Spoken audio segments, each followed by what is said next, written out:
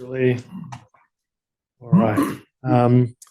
So look, we've already seen the left atrial appendage has got lots of different forms. I'm really glad that we got rid of the old chicken wing thing, because in the afternoon you got really hungry and everything was a chicken wing, right? Unless you were a vegetarian, in which case it was a cauliflower. So I'm glad that we've gotten rid of that. But everything is different, and we need to size devices accurately, and even a small amount of lead can potentially be significant. I'm going to just go through different methods of doing that. Of course, we've just got very basic methods, which we all do, which is just getting out a ruler. But I guess what my talk is about is that these days we can do more than just pull out a ruler and do simple 2D measurements, and that some of those more complex measurements can sometimes be helpful. We'll just have a brief look at planning software, 3D printing, and device simulation. Now, I'm not going to get into the debate over using CT versus echo for sizing. I know that there's a lot of echo people in the audience. So I'll just say that this is a cardiac CT, and I'll leave it at that. So this is what your cardiac CT should look like. So once you do have this cardiac CT, obviously we can just do some basic measurements from that. We can measure the sort of the landing zone, the orifice, and depth of the appendage, and these are all the very, very basic measurements that would be expected using any imaging modality. And one little kind of minor step up from that is that you can certainly impose regions of interest on your CT scan, so you can draw little boxes on that and try to simulate how large various devices are going to be and how far they're going to protrude into the left atrial appendage. And these are all very sort of cheap and easy kind of techniques that anyone can do using any CT software. One step up from that would be to use medical CAD software, so computer-assisted design. So outside you've seen sort of Vincents and other software packages. Again, these are generally very user-friendly. They're designed so interventional cardiologists can use them. We can, you can, well, there are no interventional cardiologists here. So you can select your crossing site for the left atrial appendage.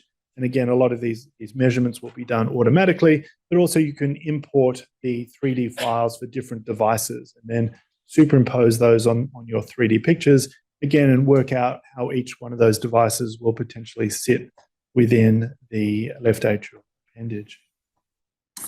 All right, but moving on from that, I think we all saw Howe's 3D printer going out in the eating area.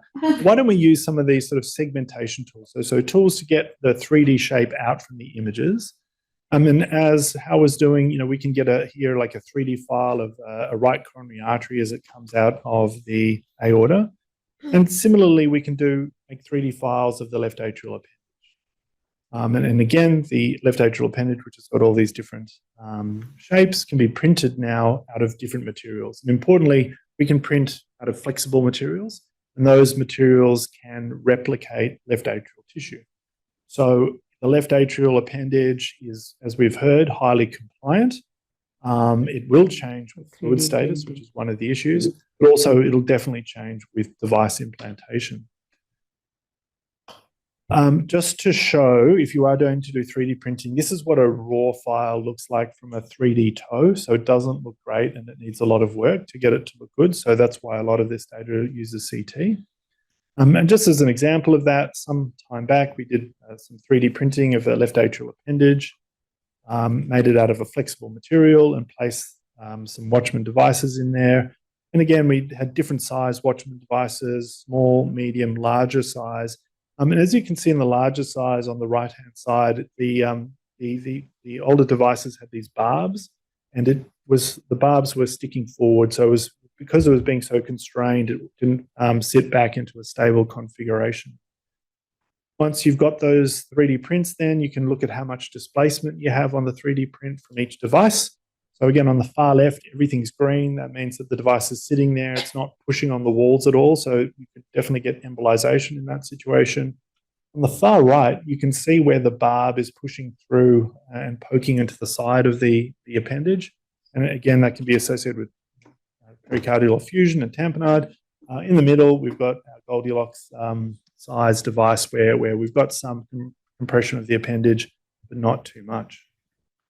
And so one of my medical students from University of New South Wales has been looking at different 3D printing materials to see which replicates left atrial appendage tissue the best. And we've found it. And essentially, we can get really close approximation of left atrial appendage outcomes. So if you look at CT images pre-post device, and you do a similar thing with the left atrial appendage 3D print, we can get like within a millimeter of what the actual size of that orifice of the left atrial appendage is with these flexible materials. In some studies, so a little study I did with Ole de Bakker some time ago, Ole 3D printed a number of left atrial appendages in Copenhagen, also used these little microbeads just to help assess how much space there was for the device to come out. And showed that, again, there was quite good reproduction of how much compression there is of the device using this 3D printing. It was a very small study, kind of a pilot of about 20 patients. There were sort of trends favoring shorter procedural times, and there was a significant reduction in the number of devices used in this kind of small study. So again, maybe left atrial appendage, especially if you're starting out, having a 3D model flexibly printed could be helpful for device sizing, and so you can get your mind around exactly how the device will sit in there before you do the procedure. But perhaps more importantly, once we've got this 3D model, we can do anything with it. So these are some 3D scans that a colleague in the art school has done for the purposes of artwork. So we've got a MRI rendered in wax. You can change that so that it can be rendered in glass, and you can simulate it so that you can have blood flow through it. But the key is, once we've got a 3D model, we can really do almost unlimited applications of that 3D shape and structure. So we had a look before at all these different shapes that we've got. How does that correlate with stroke risk? Well, once we've got the shape, if we've got motion, we can perhaps do computational flow dynamics and simulate what the embolic risk is. Honestly, I think this approach is very problematic because there's a lot of assumptions and a lot of function of the left atrial appendage that needs to be captured. But again, in other areas, for quite some time, we've had the ability to, for example, take a CT scan of the aorta and the aortic valve. We can segment that out, get out the calcium, and then if you send off your scan to a company in Belgium called Phelps, they'll simulate what happens if we put a TAVI procedure in their TAVI device. And in this case, the computer says that there's going to be a bit of perivalvular leak due to the calcification. So you can decide to go ahead or not go ahead, depending on that. So similar principles have been applied to left atrial appendage. So you can, again, get your CT scan. You can virtually implant the left atrial appendage device. And then you can look at different devices and see how much pressure, how much application there will be of that device onto the side of the left atrial appendage. Just as a brief video of one device, and then you switch it over to a different device and see how that sits in. And again, this is commercially available, and as I understand it, Abbott are making this available to some of their sites to help plan different devices going in. Right, so in conclusion, left atrial appendage anatomy is really complicated. Even if you've got a nice CT scan, just doing 2D measurements can be difficult or incomplete. CT is a really nice modality, in my opinion, and maybe 3D printing could be useful.